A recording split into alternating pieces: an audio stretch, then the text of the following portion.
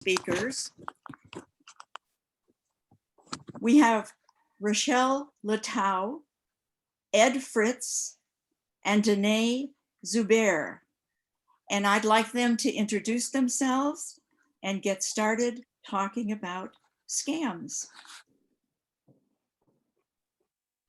All right, I'm going to unmute myself and go ahead and share my screen with you all. 1 second.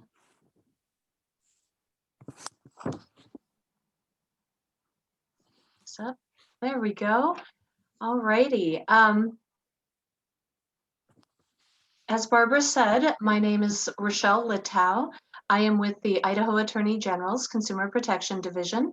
Danae, do you want to say hi? Sure. Hi, I'm Danae Joubert. I'm the Investigations Manager for the Better Business Bureau serving the Great West and Pacific. And Ed, how about you? Good morning. My name is Ed Fritz. I'm the Crime Prevention Supervisor for the Boise Police Department. All right. Well, thank you both. And I want to thank all of you for joining us this morning. We're really excited to be able to kick this off. I think, were we going to put a question in the chat? Do we know? Yes. Have you ever been scammed? You've been a victim of it. Have you been victim? Are you a victim? Have you ever been? I'll put that in the waiting. I'll put that in the chat. Okay. So I'm just going to dive in, and for some reason I can't see the chat because I'm sharing my screen. So, you know, Ed and Danae, if one of you can let me know what folks say, that would be great. I don't know if you can see it. Does it show up?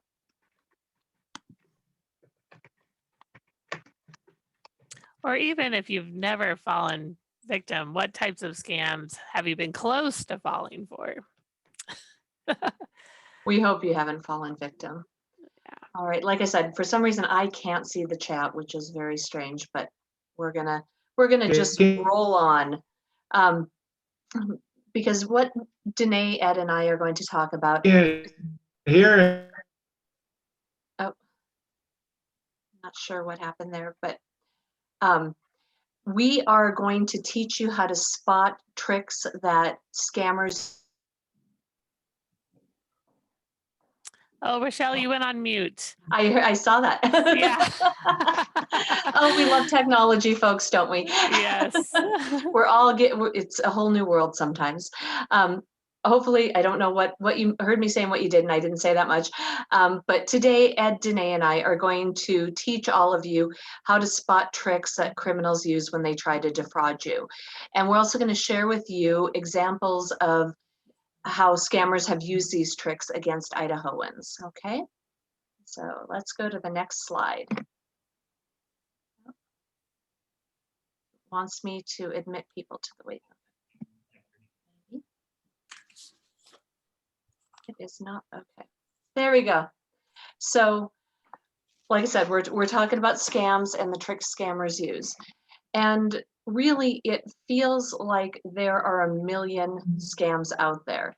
And Danae, Ed, and I, we all hear about scams daily. We get paid to know the specifics of different kinds of scams and how they work. And it can sometimes feel a bit overwhelming for regular people trying to learn about all the different kinds that are out there. But you don't need to know about every scam that exists in order to avoid falling victim to a criminal.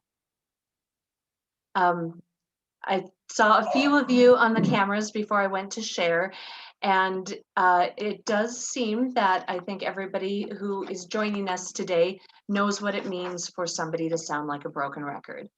And scammers are a bit like a broken record. They use the same tricks over and over and over again because they've learned what works and they use it. But if you learn to recognize those tricks, you're going to be able to spot a scam and walk away with your money and your personal information intact. And in order to try to just make it really easy to remember, we're going to give you guys 6 signs of a scam. We're going to break it down to 6 very easy to remember signs. Some fraud attempts will meet all 6 of these signs. Some will only meet a few. So please keep in mind as we discuss these and you think about scams that you may have encountered before, that something doesn't have to meet all 6 signs in order for it to be a scam. Okay? And I'm going to admit somebody. There we go. All right. Let's move on to the very first sign of a scam, which is surprise. I want you to imagine, close your eyes if you have to, but imagine you're coming home. It's been a long day. You've been, I don't know, shopping, something. You come home, your house is dark. You walk in the door. All of a sudden, the lights pop on. 20 people jump out at you and scream surprise. Think about how you might react. Would you jump? Would you'd be startled. Would you jump? Would you scream?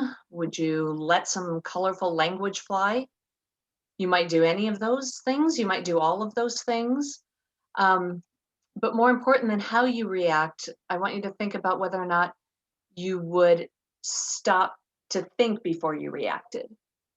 Because that's what scammers are doing. They want to surprise you so you react without thinking something through. They want to catch you off guard.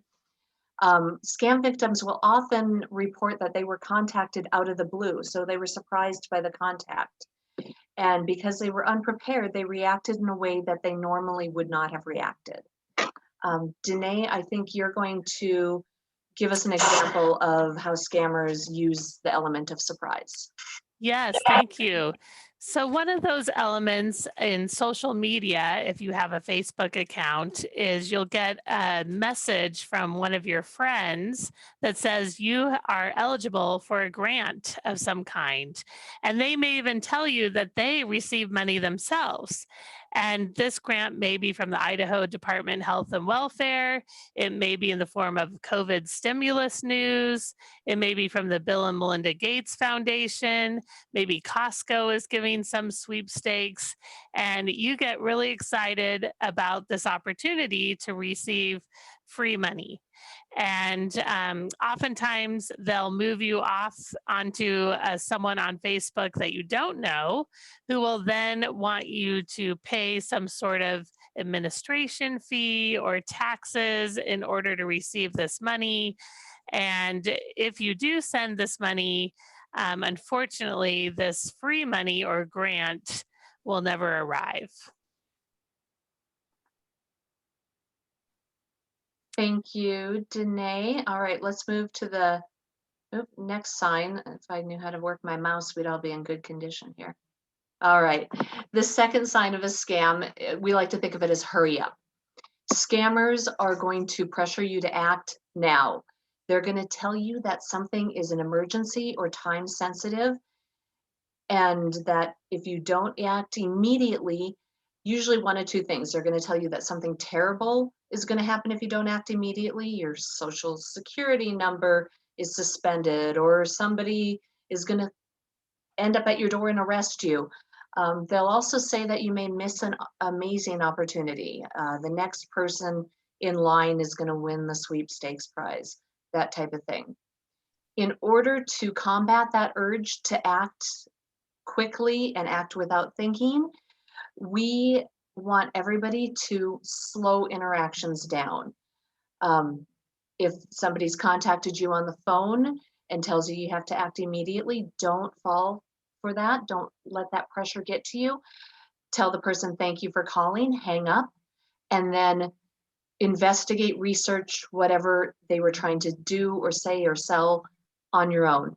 The same thing if somebody shows up at your door, a salesperson comes to your door and says you have this opportunity to have your driveway redone for an amazing price, but you got to do it now and pay them in cash or with a check.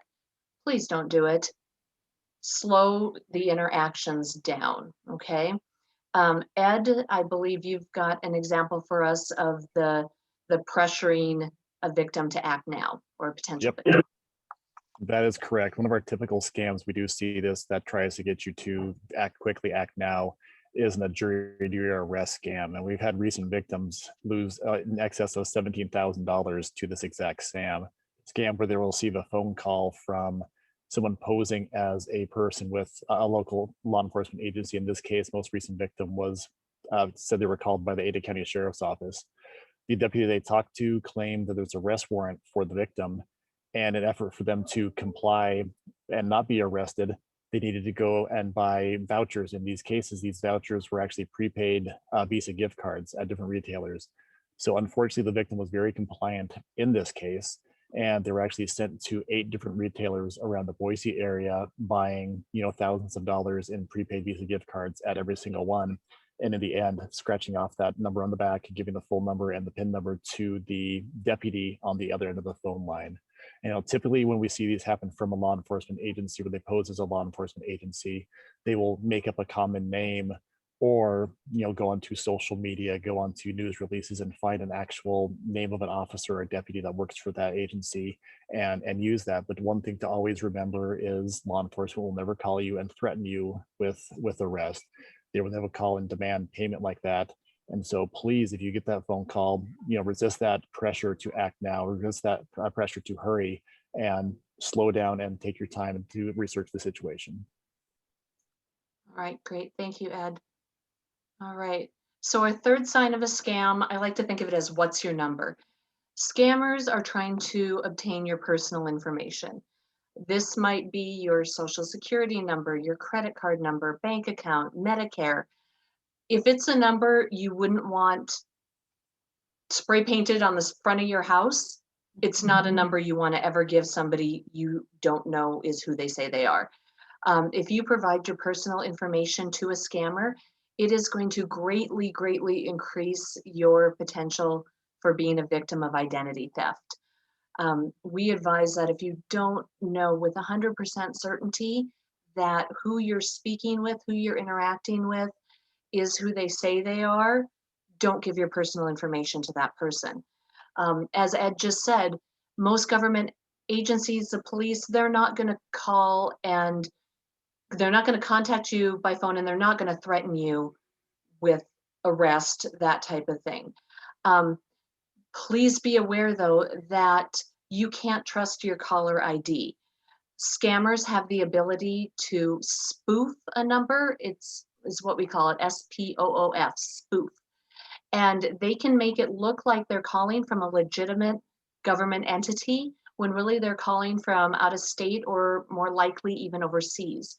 And the Attorney General's office, we've had Idahoans contact us in the last month saying, hey, we received a phone call from you guys, and it wasn't from us. It was from a criminal who was able to spoof our number, make it look like they were calling from us when really they weren't.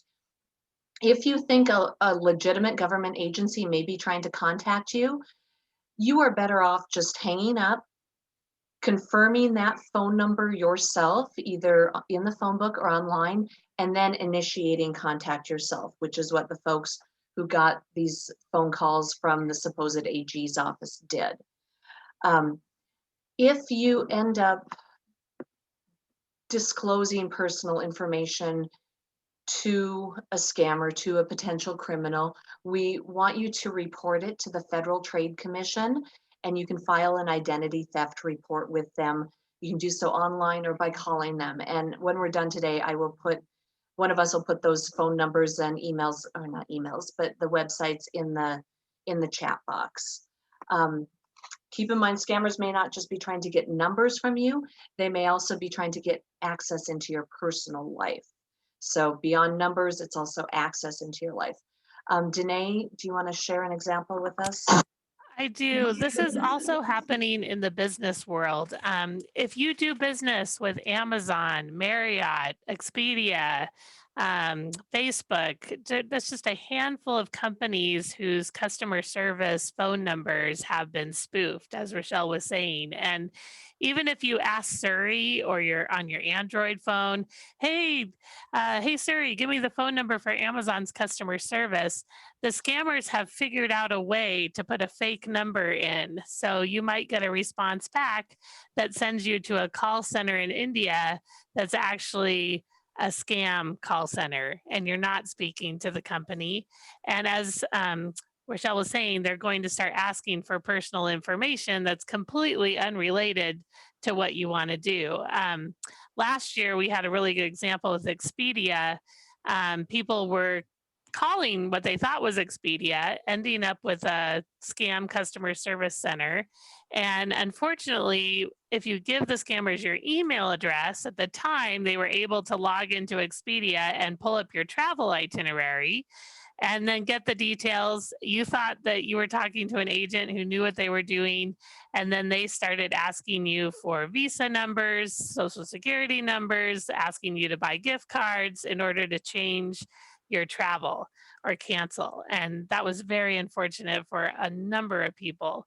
So be very careful when you are contacting a company that you're going to their actual website, you're using a known customer service number. Some of these big companies actually don't even have published phone numbers, and you have to use their email address or their own contact system. So just be very wary of searching online, making sure that you're actually using a customer service number that belongs to the company. All right, thank you. So our fourth sign of a scam is pay up, and scammers want your money. That's that they are career criminals. This is their career. They get paid when they steal your money.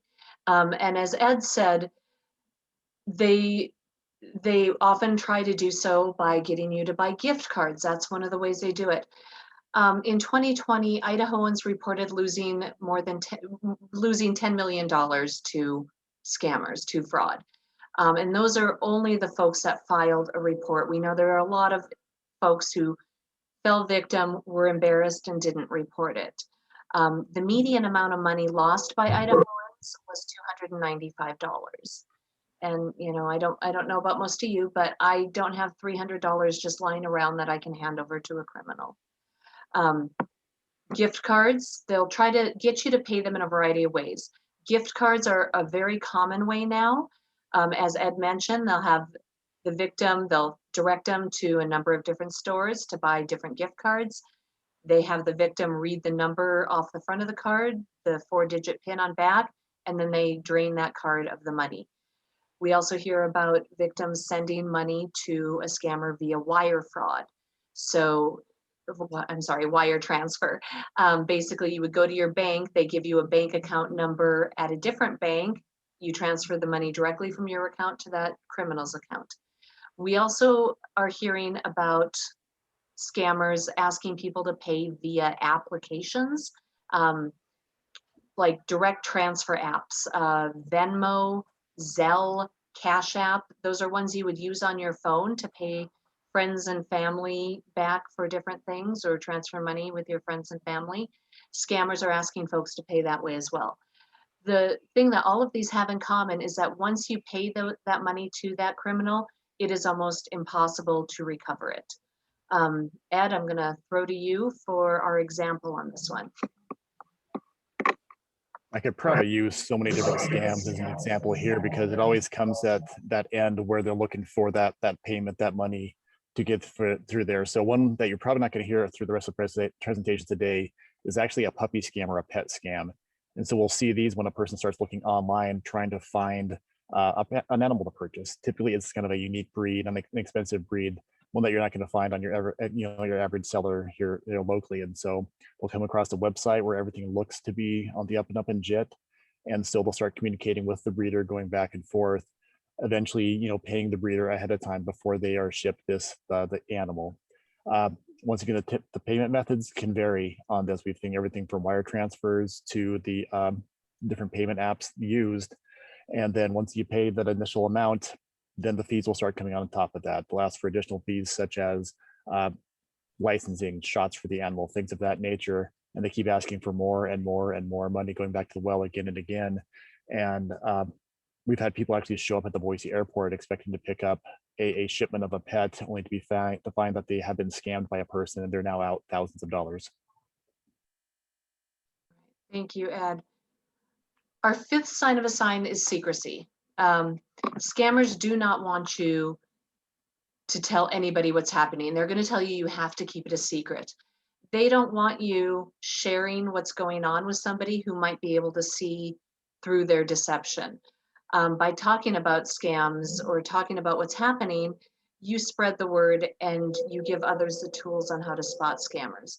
Again, I think, Ed, we've got an example from you on secrecy. That's correct. One that we see quite frequently is a grandparents or emergency type scam where people will just cold call people up almost and claim to be a grandson, a nephew, something like that, claiming a very hard situation. Ones we see quite frequently are accidents in other states where they have been arrested or someone has been critically injured and they need money to pay for lawyers. And so the secrecy piece comes in where don't tell mom and dad this has happened, or I'll be held in contempt of court and be arrested and put in jail for longer if this happens. And that's what they exactly want you to do, because if you talk to someone about it, hopefully that other person will make you realize what's going on. So we encourage people when these, even if they tell you to lie to the cashier, lie to the banker when you're drawing money, please talk to somebody about it. And so they can actually get another set of ears on the situations and help them through this. All right, thanks, Ed. And last but not least, our sixth and final sign of a scam. I'm sure you've all heard the old saying, if it sounds too good to be true, it probably is. That's pretty accurate. And with scams, we also reverse that. And if it sounds too bad to be true, it probably is as well. Scammers are going to claim that something amazing or something terrible occurred. I can almost guarantee you, though, that your grandchild is not in a Caribbean prison. No one is coming to arrest you. And unfortunately, you did not just win $1 million and a new car. Please, please, if something sounds too good to be true or too bad to be true, be skeptical. That can save you from becoming a scammer's victim. Danae, do you want to share a quick example of this? I do. It's amazing and awful at the same time. With our romance scams, we see this occurring with older adults. You'll meet somebody online and they'll quickly want to take that relationship offline. And the romance will develop over the internet for several months. They will be investing in you, loving you, etc. Except for the problem is they can never meet you in person. And then something awful occurs where they need your help financially and they want you to wire money. Maybe something happened with their own bank account. They're trying to fly and see you. Something happened with their kids. And because you're entwined in this emotional connection online, you're willing to give them that money to help them. And unfortunately, these people are not who they say they are. They steal your money. You never get it back. And you never meet that person that you fell in love with online. Well, thank you. We really learned that a lot in 20 minutes. Wow. I have notes written everywhere. So thank you to Rochelle and Ed and Danae. And now we're going to move on to the next group, which is the Boise Police Department. And we're again going to hear from Ed Fritz and Detective Brad Thorne.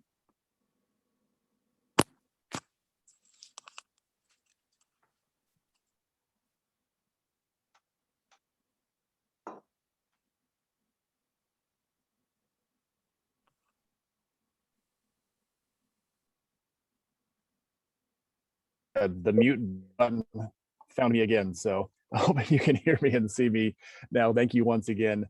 Brad Thorne is also on the line with me. He is having a little bit of video trouble today, but we're here today to talk about some of the current scams we are seeing currently filed through the Boise Police Department. So Brad, do you want to introduce yourself real quick?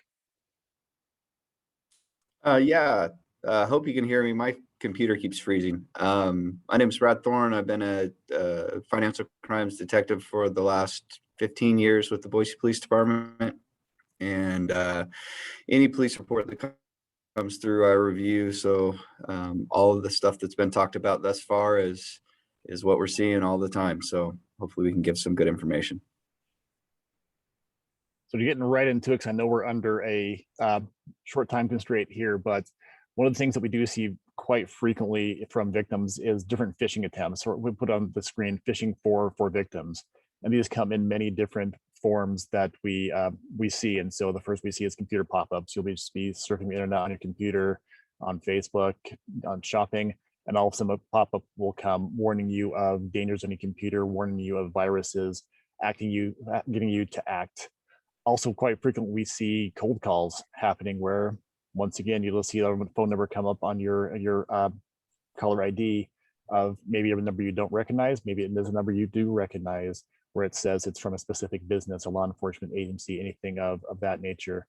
We do see more so in emails coming up. These emails typically have been through legitimate companies like, say, a bank or Amazon or Best Buy, things of that nature. Oftentimes claiming of account problems or different emergencies with your account where they need you to act on that quickly to verify a situation or resolve a situation.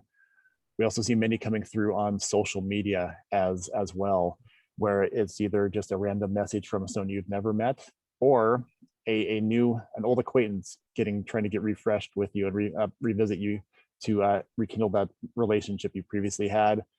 And we also see text messages come through from the form of, once again, a business trying to contact you like a bank, or just a random text message coming through asking you to click on this link or that link.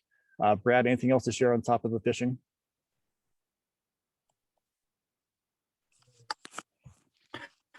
The only thing I would say is what was said in the prior one as well.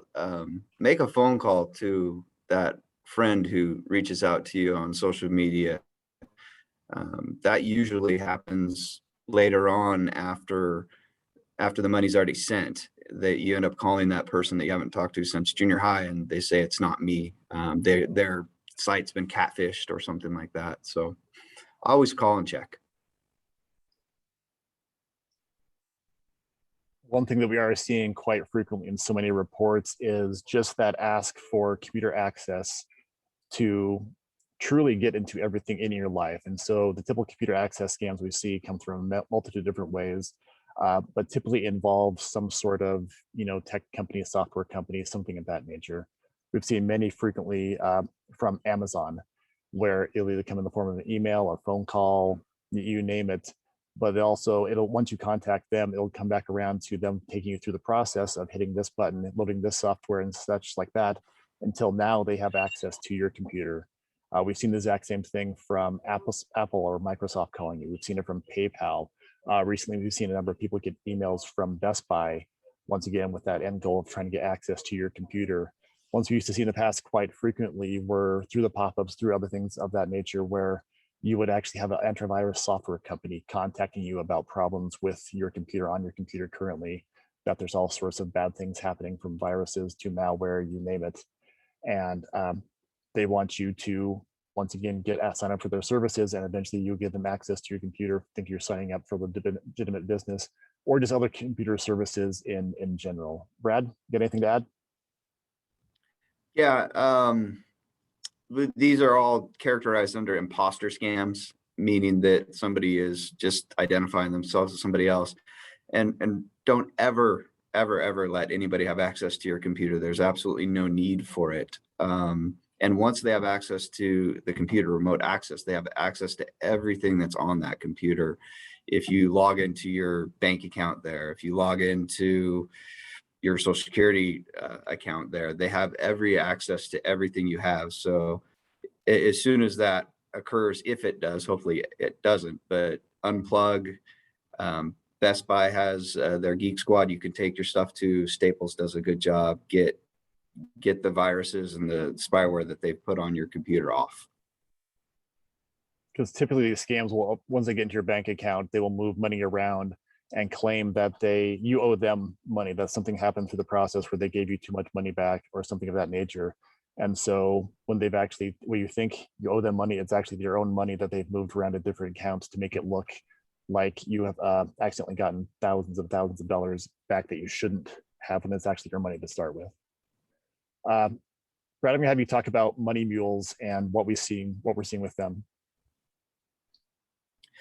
So we just defined money mules here. A lot of these scams are starting and originating overseas in some foreign land. And so now to get that money, they need what are considered money mules. Those are the individuals who receive the money and then transfer it to maybe another money mule or the fraudster themselves. And in the last one, they talked about how to do that through gift cards, Bitcoin, wire transfers, things like that. So these are pretty intertwined, all of these scams. And so you may be sending money to another victim who is a money mule.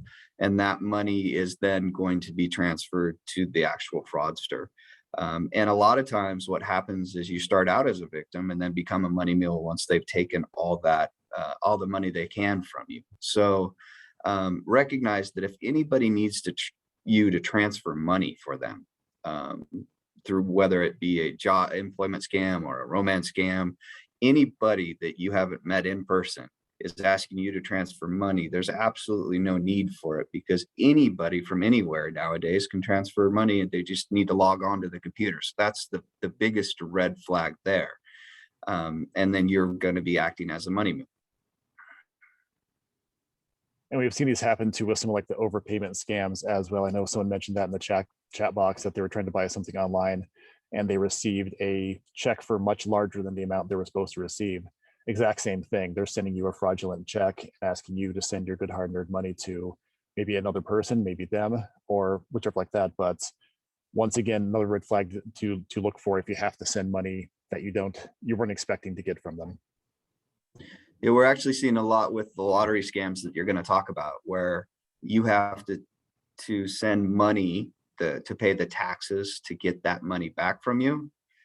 You know, the millions of dollars, you have to send the thousands of dollars to get that. Well, after you've sent all the money that you can, you'll start receiving money from somebody else as goodwill.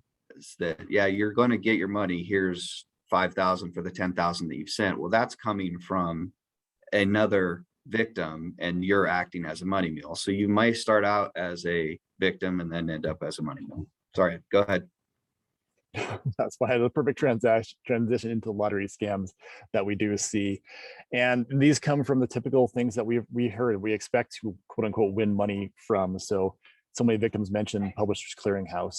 When they're getting that cold call, they receive a phone call. We've heard some from Idaho Lottery. And in the past, we've heard some from foreign lotteries, as mentioned in the previous presentation by Danae, different grants that people will be contacted out of the blue to receive. But also, it always comes back to, as Brad said, that they're looking for that payment to claim it. Brad, I know we've had a couple recent cases on these that you might be able to share about, that we've seen this kind of thing happen where it's a lottery scam.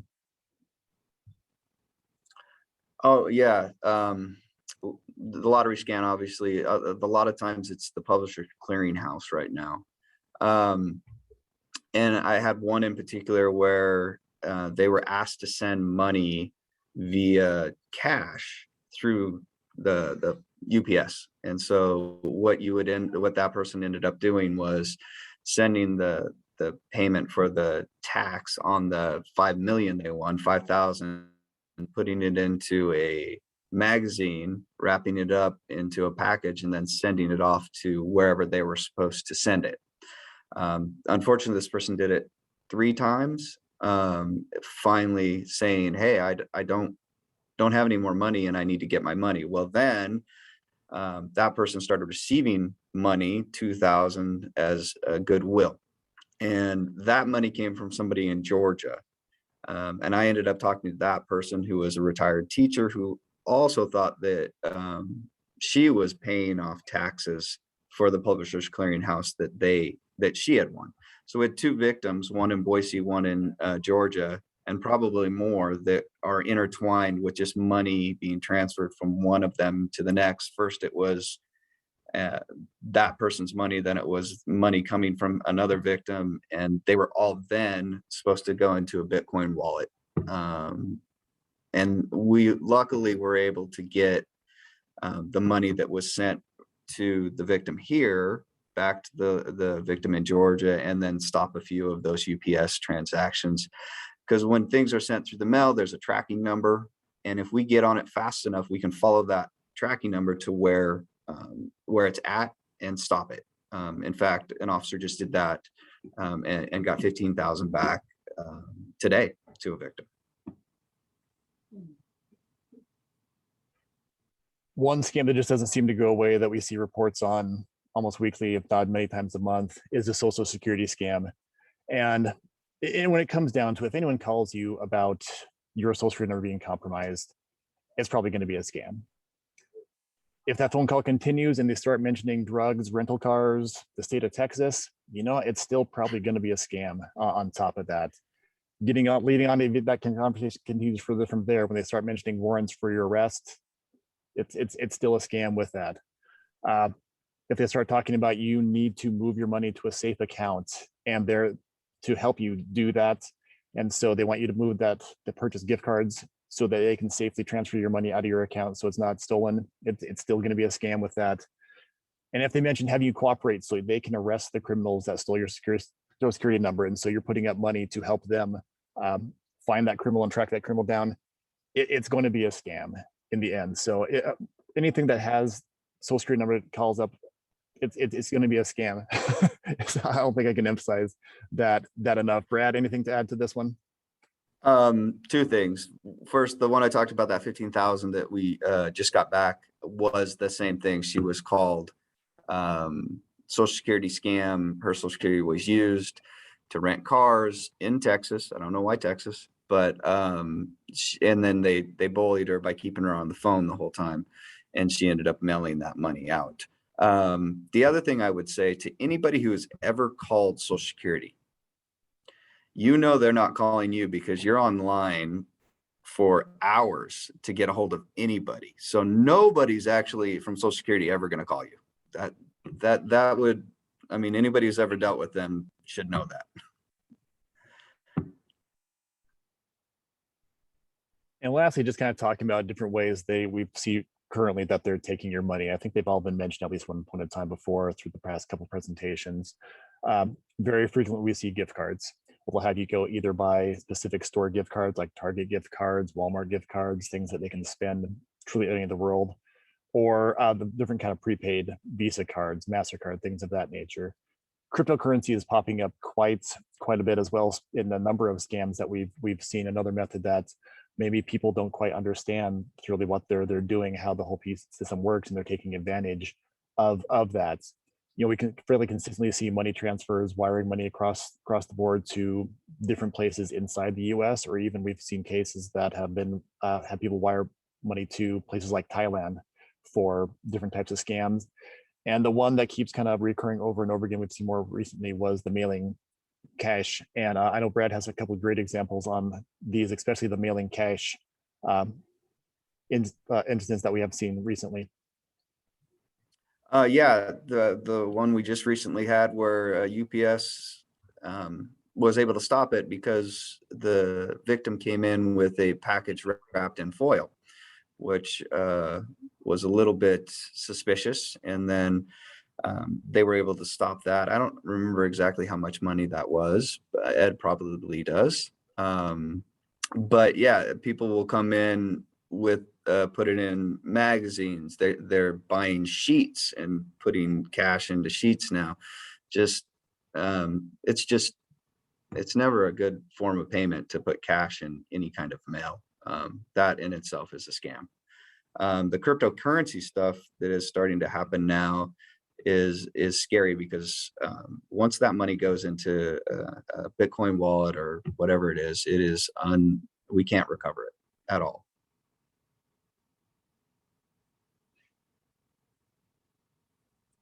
So I'm going to stop sharing my screen and so we can see the chat box a little bit better, but we want to have a couple minutes left, I believe, Barb, to try to get any questions that you guys might have about anything we talked about here, anything else that you might have thought about that was kind of on the way. So you can either type it in the chat and we can read it from there, or if you can figure out the mute and unmute yourself, please go ahead and do that and we'll take your questions that way.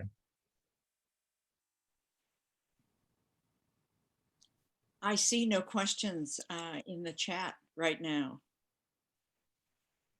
Perfect. Well, we were that thorough, but anything comes up, obviously, one thing we want to emphasize to everyone here is if you realize you're being scammed, whichever else is in the process, whether it's that initial phone call or you just bought that gift card or you're on the way to the bank to withdraw money, please feel free to reach out. The quicker we can act on these type of situations, the quicker the law enforcement can get involved, we are able to recover money in these situations. Given if it's the next day you're thinking about it, it's going to be very hard. If it's a week from now you're thinking about it, it's going to be probably impossible.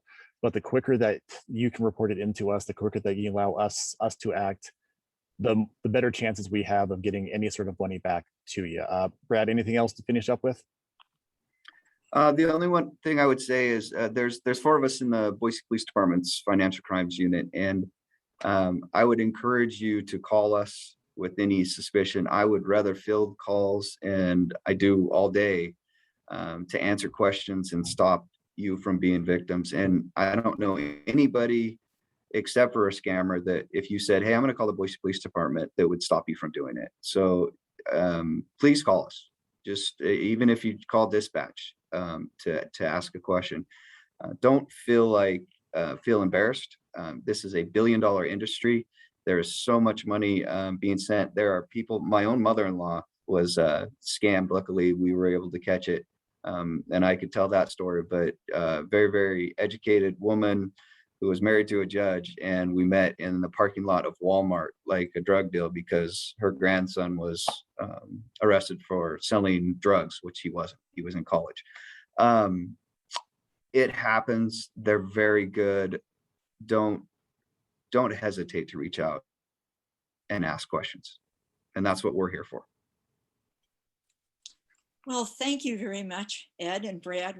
We enjoy listening to what you share with us, and we're certainly glad you're there protecting us. And we're going to move on now to our third presenter.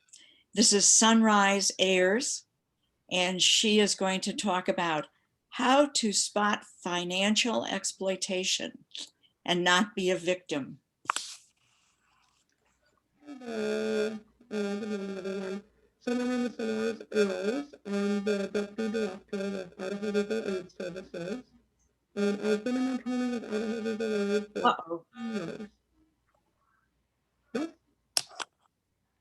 Legal Aid for 10 years. Yes? Okay. So, hopefully you guys can see my... Yes, Barbara? We're having some voice issues. We can't hear you.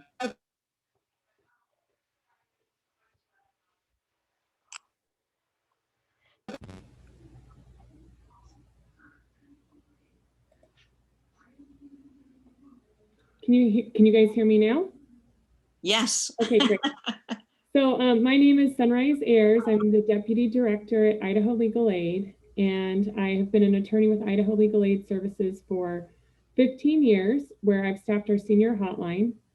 And what I'm going to be talking about today is abuse of advanced directives, misuse of powers of attorneys in order to basically exploit or financially exploit folks, and what you can do to protect yourself from that type of exploitation. All right. So the first thing I want to go over are some quick definitions.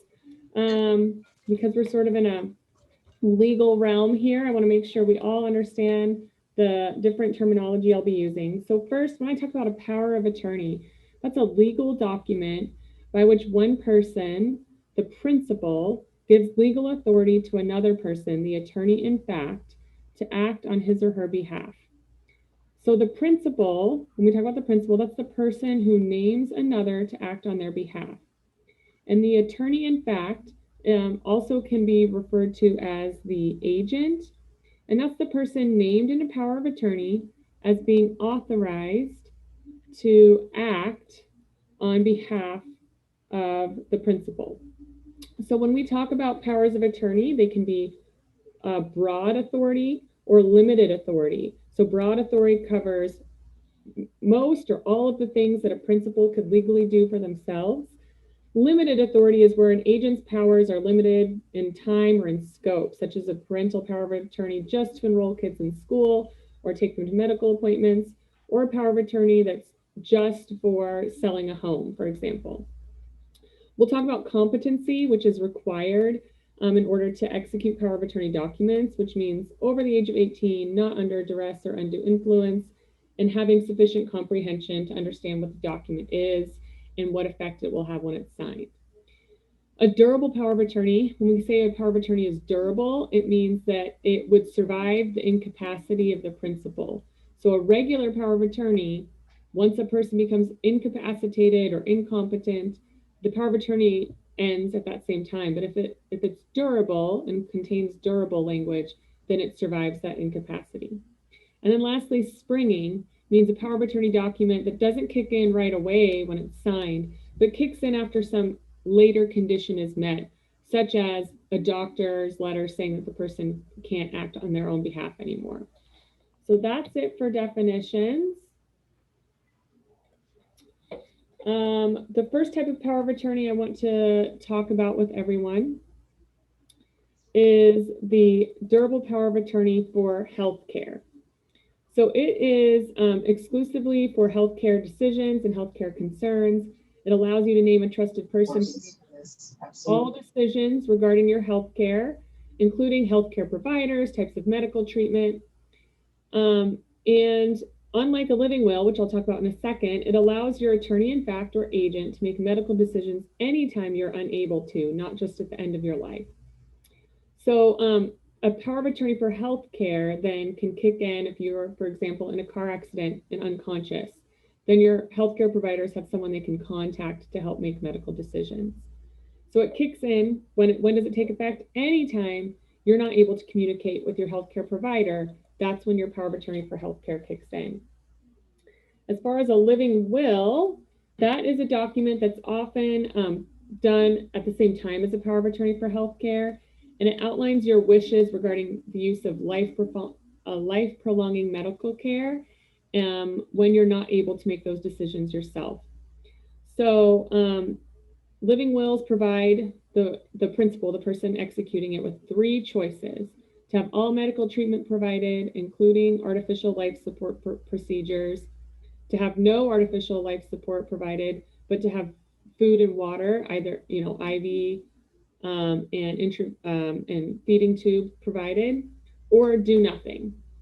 So those are the options in a living will. And a living will only takes effect when 2 doctors have certified that the patient has a terminal and incurable illness or is permanently unconscious and in a persistent vegetative state. So the living will is pretty limited about when it would kick in. For the durable power of attorney for healthcare and living will to be valid under Idaho law, the person signing it has to be over 18, of sound mind, and acting of their own free will. It does have to be signed. And then once it's executed, a copy should be given to your healthcare providers, so it's part of your medical record. And then it's a good idea to keep a little wallet card in your wallet indicating that you do have an advance directive like this on file and where it can be found. And there's a way there in Idaho, you can register your living will and durable power of attorney healthcare form. And that's free. And once it's registered, healthcare providers across the state would be able to access it no matter where you are. So you don't have to complete both. If you want a healthcare power of attorney in place, but you don't want a living will, you can only do part of it. Having blank portions doesn't invalidate it. One of the things that people like about having these healthcare power of attorneys in place is there's a section for special instructions. If you have certain healthcare wishes, like you have a religious reason why you might not want blood transfusion, or you have other preferences regarding your healthcare, you can put those in your special instructions. And those special instructions are a way of limiting the authority your agent has, and they need to follow those special instructions that you include. And again, this is the information about the healthcare registry. You don't have to register these documents for them to be valid, but if you do register them, they'll send you a little wallet-sized card that you can keep with you in your purse or wallet so that these documents can be accessed. So one thing that's really important about power of attorney documents that I want to talk about today is they can always be revoked and modified.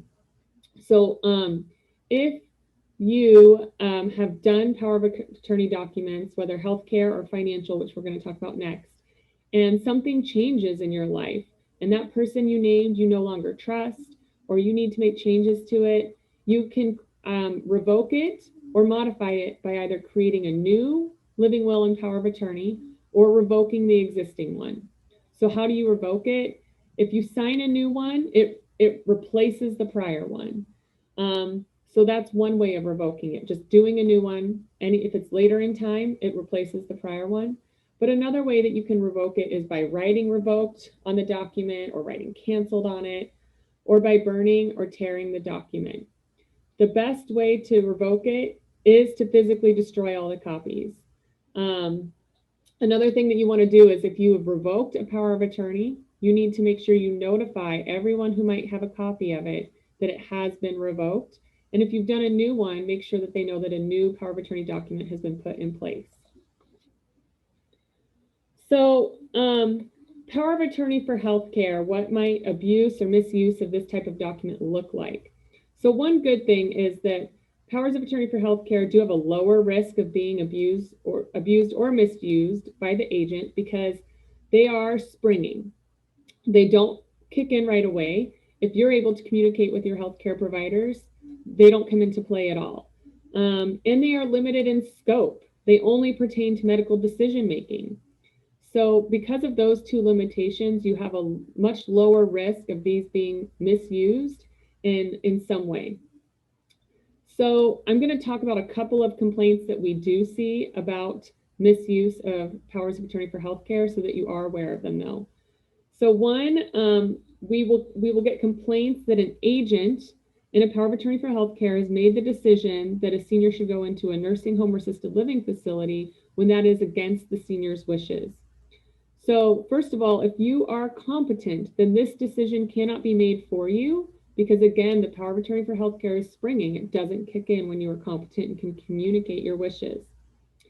And second, sometimes a medical condition does require the type of care that cannot be provided in a home setting. So you can include in your special instructions requirements about when your agent can decide that nursing home or assisted living care is needed. For example, you might say in your special instructions that you want certain conditions to be met or certification by two doctors. So if this is a concern you have, that is one way to address it, is by laying out in your special instructions that you only want to be in a nursing home or assisted living setting if X, Y, or Z conditions have been met. A second type of complaint we get is complaints from other family members saying that a power of attorney for healthcare agent is not sharing medical information with them, or that a hospital won't disclose information and they have no idea what's going on. So again, your agent that you name in your power of attorney for healthcare generally will be able to access your medical records on your behalf. But if you have other folks you want to have that authority, you can list that in the special instructions, or you can fill out HIPAA release forms for them so they also can access that information. So this is a complaint that we often hear, but it's actually, working the way it's supposed to, because your medical information is not supposed to be shared with folks who aren't listed in your power of attorney for healthcare form. And now, finally, the last complaint we get with powers of attorney for healthcare are complaints that the healthcare agent is limiting who can visit and claiming there's a health reason why certain folks cannot visit you. So again, if there are certain people you always want to be able to have visit you, then list that in your special instructions, and that again will limit your agent's authority. The most important thing on powers of attorney for healthcare is choose your agent with care.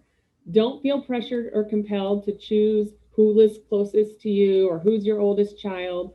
You've got to make this decision based on trustworthiness and who is going to best follow your wishes.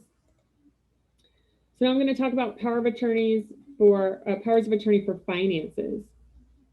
A power of attorney for finances names a person to act on your behalf on legal and financial matters. It's effective when executed unless stated otherwise in the special instructions. So examples of ways that a power of attorney for finances can be helpful is somebody helping you pay your bills, make deposits for you, watching over your investments, helping manage insurance or government benefits, and signing legal documents for you. So you want to make sure when you do a power of attorney for finances that it is durable.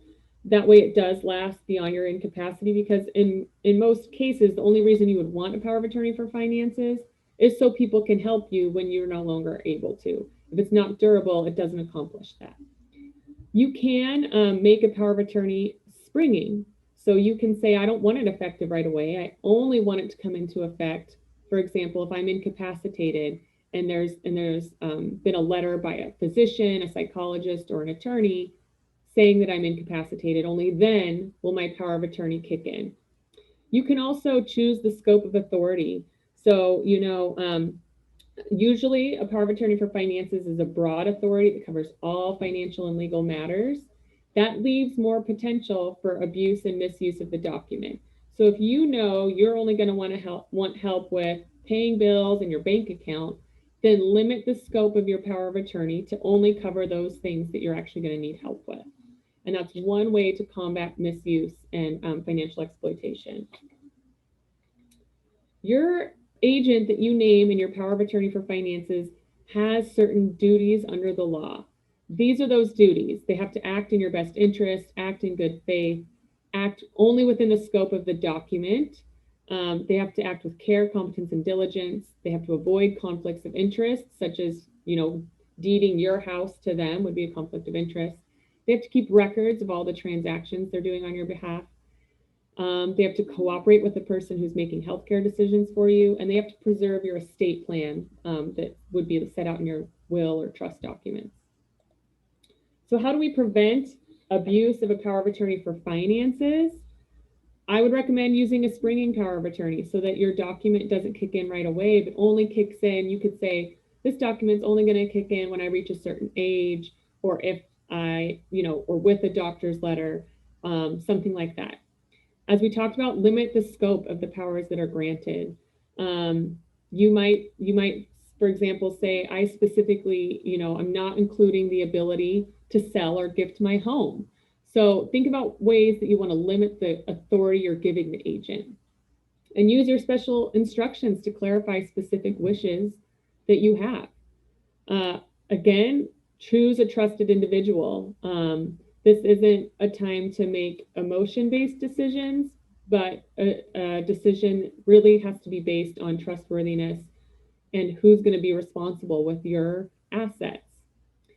Every few years, review your power of attorney documents and make sure the person that you named is still someone you trust to handle your affairs. People's lives change, and you want to keep on top of that and make sure that the agent is always a good, trusted person to be handling your financial matters. Monitor your credit reports and your bank accounts for suspicious activity or changes. If you no longer need access to credit, if you're not going to need to buy a car or a house, if that's where you're at in your life, consider getting a credit freeze. You can freeze your credit so that that no new accounts can be opened in your name going forward. A credit freeze only costs $7, and what it'll do is lock down new credit accounts, and so that they can only be opened with a PIN number that's assigned to you. If you no longer trust your agent, revoke your power of attorney. We have a revocation form on Idaho Legal Aid's website. Build in oversight. You can add in a provision to your power of attorney document that requires reports and accountings to be sent to a third party. So you could name a third party and say, okay, you have to send annual reports of how my money's been sent to, my cousin so-and-so. You could ask an attorney to hold your power of attorney in escrow, keep it in their office, and don't release it to your agent until it's needed. You could name co-agents to serve together. That can work if you know that they'll be able to make decisions together and get along okay. If not, then don't do that. Some quick signs of abuse or misuse of a power of attorney: unexplained withdrawals of large sums of money from your accounts, bills going unpaid despite having adequate financial resources. You might look out for this among people who in your social circle. If all of a sudden they're having bills go unpaid when they previously had the money to cover that, that might be a red flag. Sudden transfers of assets to the agent or to people involved with the agent, like their spouse or children. Abrupt changes to wills or other financial documents. Unexplained disappearance of funds or valuable possessions. someone accompanying the senior to coax or pressure them into making transactions, at the bank or at a lawyer's office. Someone having a new friend all of a sudden who, again, accompanies the person everywhere and is trying to make changes to their banking or spending patterns. The senior becoming isolated suddenly. If your agent who you named is suddenly having drug or alcohol abuse problems, or they have emotional or mental instability, or is becoming financially dependent on you, you should change your agent. If the senior suddenly has a lot of fear, or they lack funds to meet their basic needs, those are red flags. And if the agent is refusing to provide bank account statements or is attempting to isolate the senior, those are also red flags. So if you suspect financial power of attorney misuse or abuse, demand an accounting. We have a form letter for that on our website. Review your credit reports and look for suspicious activity. Revoke the power of attorney. You can request a court review of the agent's contact, and you can sue the agent because they do have those duties under Idaho law. And you can contact adult protection. There is an Idaho code 18-1505 that makes it a crime to misuse a financial power of attorney. It's exploitation. So this talks about having the authority to sue an agent if they have exceeded the scope of their power of attorney document, or they've used your funds for their own benefit, then you have the right to sue them to recover the misappropriated funds. So with all of this, you might ask, why should I even bother getting power of attorney documents? It sounds like they could go awry easily. So the reason why it's still a good idea to have these documents in place is because it helps you plan for incapacity. It can help you avoid the need for guardianship and conservatorship in the future. And guardianships and conservatorships take away some of your legal rights. So we still do recommend having these power of attorney documents in place. Just think through some of the prevention tips that we've given you today to make sure that they're used only for your benefit. And here are some quick resources for you if you have more questions about powers of attorney under Idaho law. And that's it for my presentation.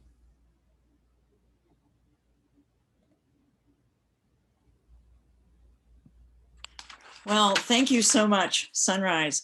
I don't know that I have ever heard a presentation on power of attorney that said so much to me that I did not know. Let us move on now to our fourth presentation, and this will be done by Suzanne Baker-Taylor and Danae Jobert, and they're going to talk about timeshare scams and industry.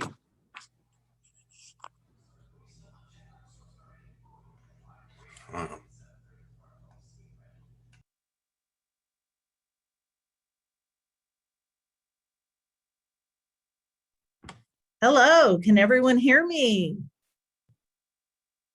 Yay? Yes, Oh, good. I can. Thank you, Barbara. Thank you, Barbara. Hi, Danae. Hi.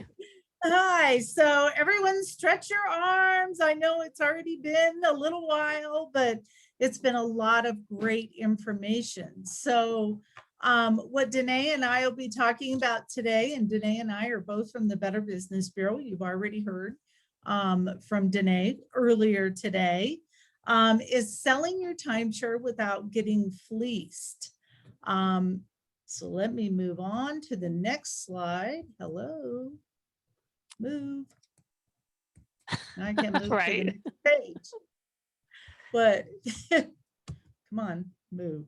There we go. All right. So we would both love to hear from all of you. Do you own a timeshare? And you can put that in the comments section or the chat section. I know a lot of us do own timeshares or did own timeshares. And maybe you want to sell that timeshare, right? So maybe the maintenance fees are increasing. I know that those are constantly increasing. And so that costs more money, obviously. You've lost your job, you're retiring. I know that I'm thinking about that already. So what bills do I want to eliminate? You don't use it anymore. Maybe you don't want to travel anymore, or you can't travel anymore. You don't have any more interest in the timeshare that you hardly ever get to see, honestly, and that happens a lot. It's too far. You want to travel to other places. You don't always want to go where that timeshare is located.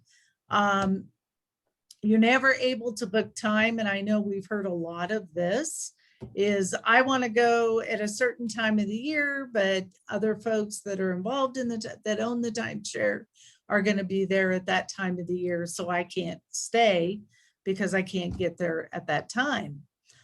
Required to book too far in advance. And it's like, well, I don't know if I'm going to go or not.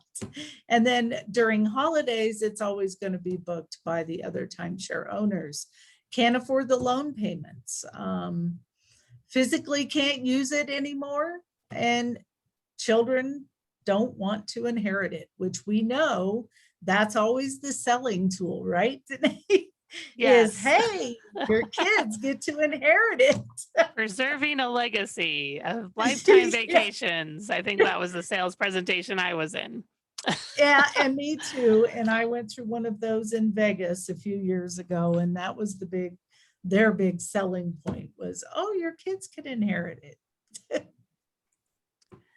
Yeah, exactly. So, the bad news about trying to sell a timeshare, and I hate to be Debbie Downer, but oftentimes there's no resale value. We put in maybe $100,000, $10,000. And what people should know when it comes around to selling these are worth pennies on the dollar. It's like selling something at a garage sale where it's 1/7 of the value of purchase. So never purchase a timeshare because you think it's an investment or you're going to somehow recoup what you've put into it. The only real value is time with your family and vacations over the years, which are lasting memories and priceless. But as far as a financial value, that's very rare.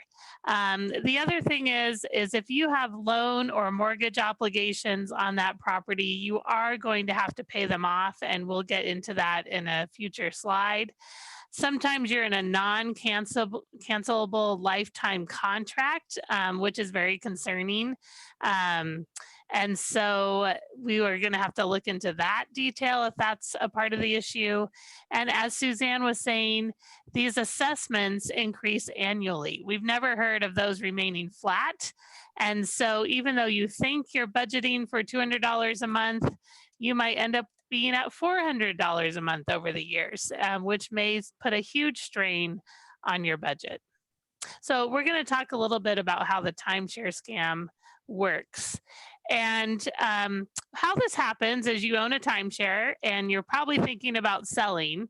And so you get a call out of the blue or email from someone who says they're with a company or a real estate agency or a person who wants to buy your timeshare. They know exactly what timeshare you own, the property where you own it, because they've done their homework. A lot of times they're very familiar with who owns the timeshares in Mexico. Or they are wanting to rent it, maybe for a wedding, a reunion, a party, and they're going to offer you a price that is unbelievable, or you think is a good price. Usually maybe what you paid for it. Maybe they're going to pay you a significant amount for the week to rent it. But you're excited about what they're offering. But then this is where it gets a little interesting.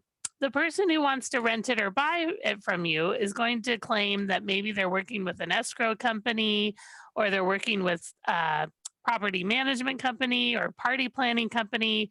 And there's going to have to be some upfront fees that they're going to require first. And that they might even send you what looks like a real escrow document or a seller's agreement. And they're going to ask for taxes, closing fees. They're going to tell you that there's a notario fee in Mexico, filing fees, and they're going to want you to put this into maybe an escrow account. And what we found is that these scammers have actually established what look like real escrow companies in the United States. They've filed a registration with the Secretary of State's office. Often they take over the Secretary of State registration from a company that went out of business. So it looks very real if you Google it. They have a beautiful website for this escrow company and their own timeshare company too. They advertise an address in a state here in the United States. And if you really look into it, they do not have a competency license for real estate or escrow. Every escrow company in the United States is required usually to be registered with the Department of Finance in that state. And they have not figured out how to get that competency license yet.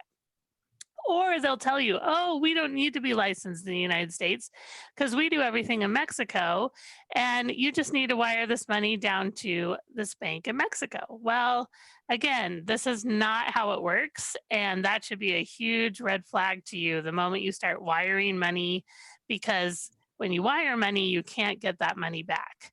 And unfortunately, once you wire the money, you're going to find out there's no buyer or renter and you can't get your money back. And just to tag with Danae, I've been with the BBB 20 years, and this has always been one of our top 10 scams. And I've seen so many people lose their life savings by wiring money on timeshares. And it's just so sad, so heartbreaking. Mm-hmm.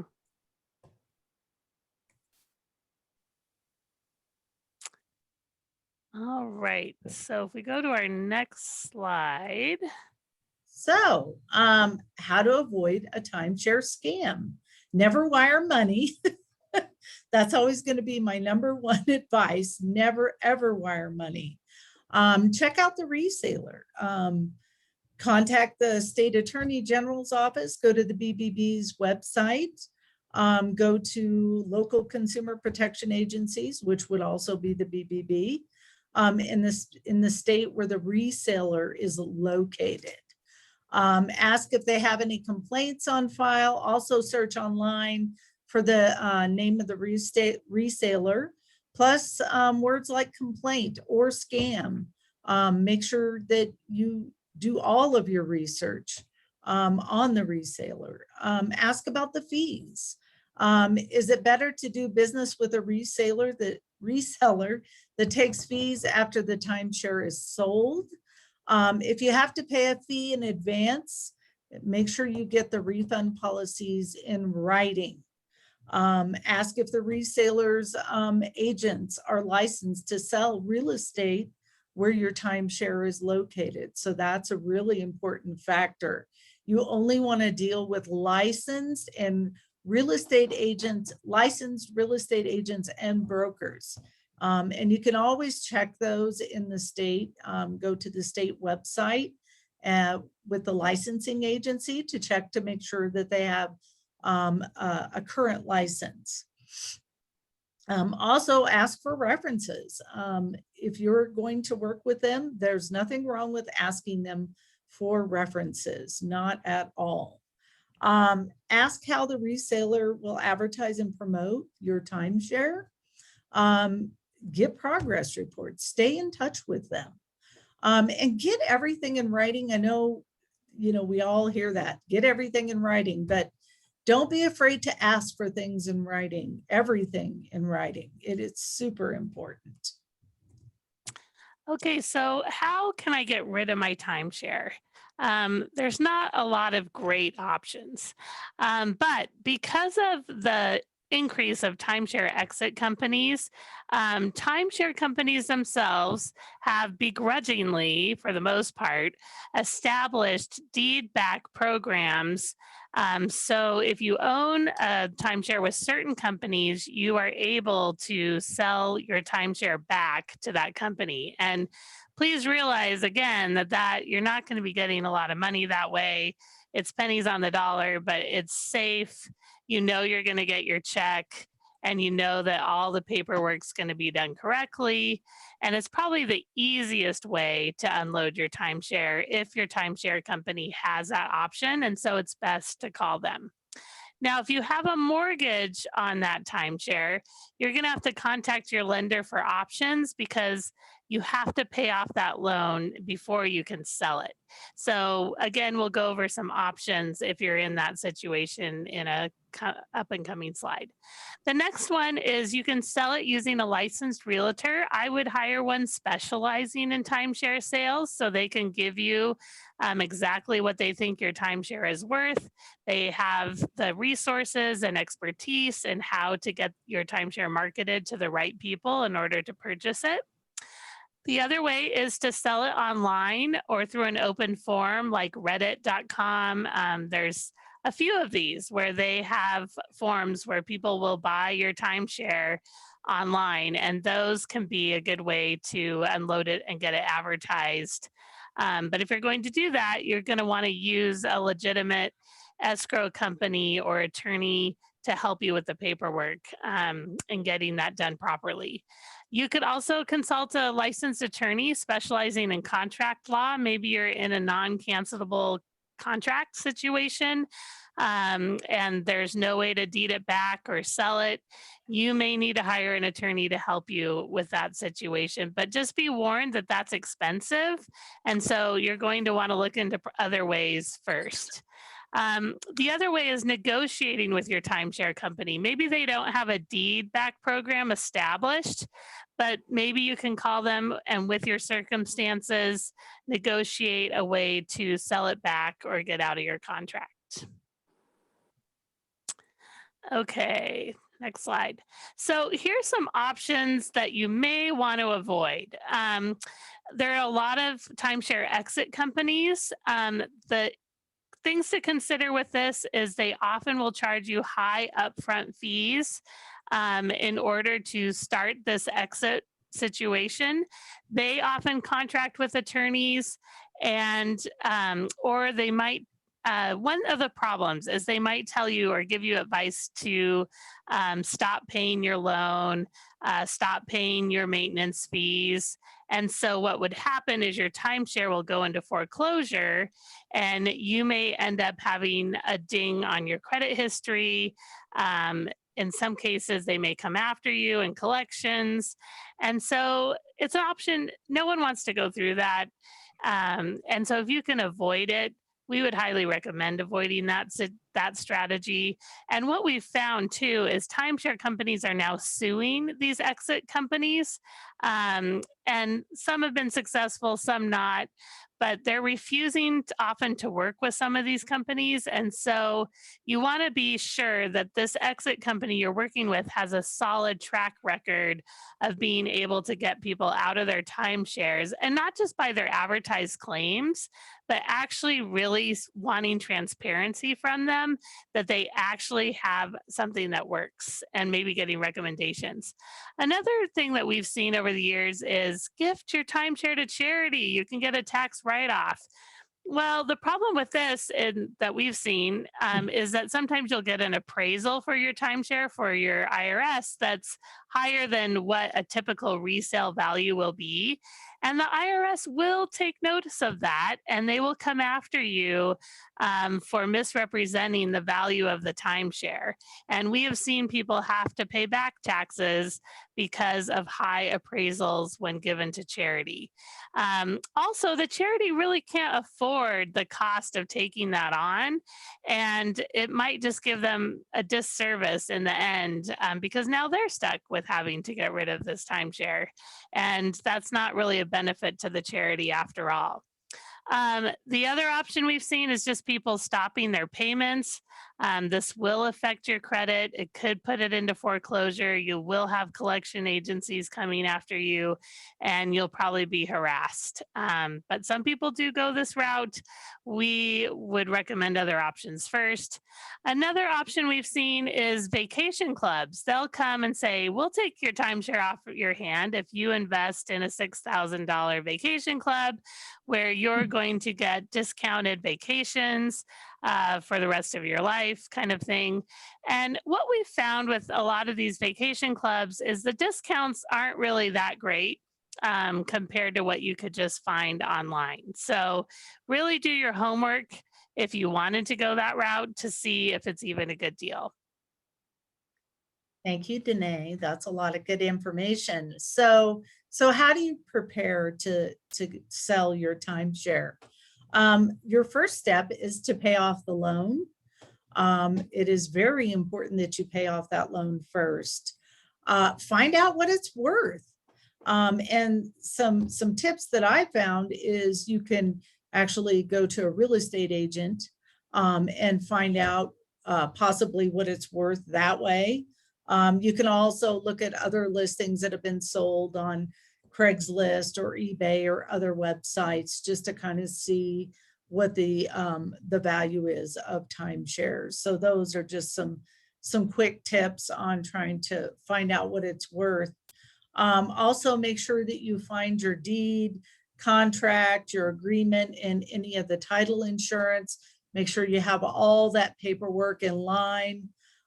Make sure that you pay your maintenance fees and taxes. Make sure you're up to date.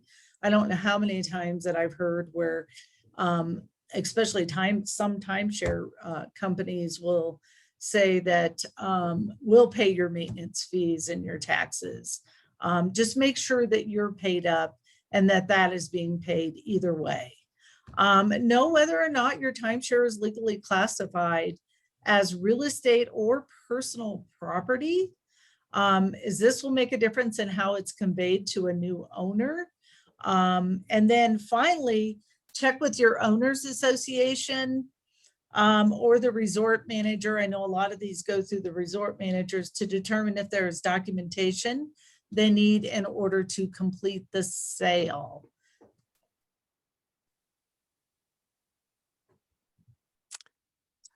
So what if I go for it? Sorry. Oh, no, that's all right. I know you've been doing them back to backs. All right. So what if I still owe on my timeshare? Once again, this is kind of a repeat, but make sure you pay off the loan. We just can't say enough how important that is. Consider refinancing your loan through your home mortgage or an equity loan. So those are a couple other options that you can look at. If it's a personal consumer loan rather than a mortgage type loan, where the lender takes a security interest in your timeshare, you can probably sell your timeshare, but you'll still need to pay the loan off. I don't know, we just keep repeating ourselves, pay that loan off. You can also rent out your timeshare and continue to pay down the loan until you can afford to sell it. And I don't know, Danae, if you have any more information on renting it out. I really couldn't find a lot of information on renting the timeshares. Yes, but so that is an option. Yes, you can advertise on Craigslist or Facebook or Airbnb, sometimes Vrbo, online forums. Just rent it out to a friend, family member in order to pay that loan off. So if you can't pay off the loan, these are just other options to refinance the loan or rent your timeshare until you can get to that place where your loan is paid off. And always be careful when you're advertising on those sites that you're speaking to legitimate people. That's a whole other presentation. All I right.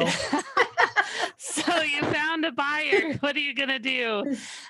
We recommend hiring a closing service that specializes in timeshare transfers because they're well aware of all the paperwork that you need. Also, if that's not a possibility, you could engage an attorney specializing in real estate to help transfer the timeshare.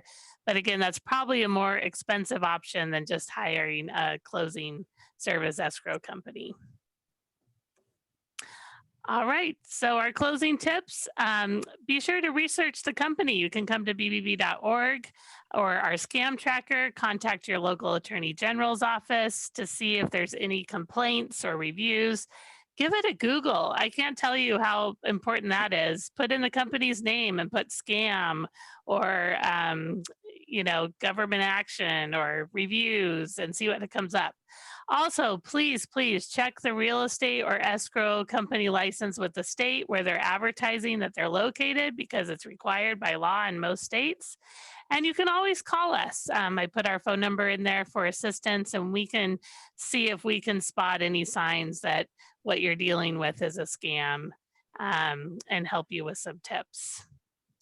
So thank you very much. Does anyone have any questions? Oh, there is a question. How can the children be required to inherit a timeshare?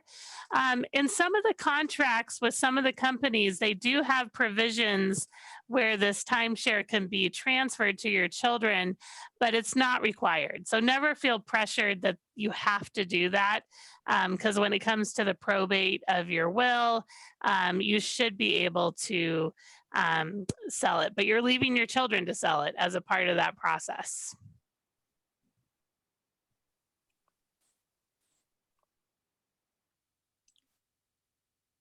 Any other questions?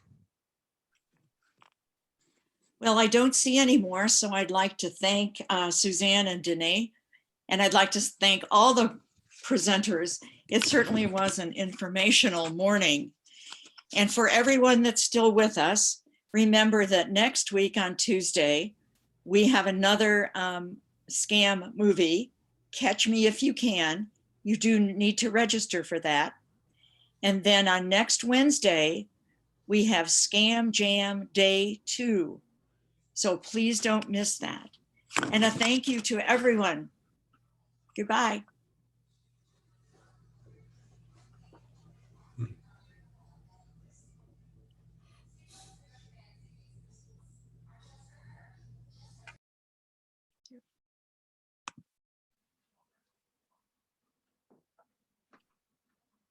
Did Danae pop off and Susan? Because a question just popped in. Oh, You know, Peggy, I do not know the answer to that. Peggy, we could ask them directly. I could email them.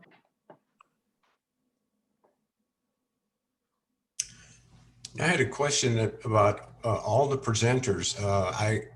I know everybody's just leaving, but is it possible for me to get copies of the presentations? I can, Kathy, I can send the slide deck to you, a PDF of our slide deck. If you would like, I don't know if you have a way to distribute those to the attendees or not. Yeah, like the one, yeah, I'm happy to forward that to you. I don't think I have all of the presentations, but the ones I have, I certainly can share those.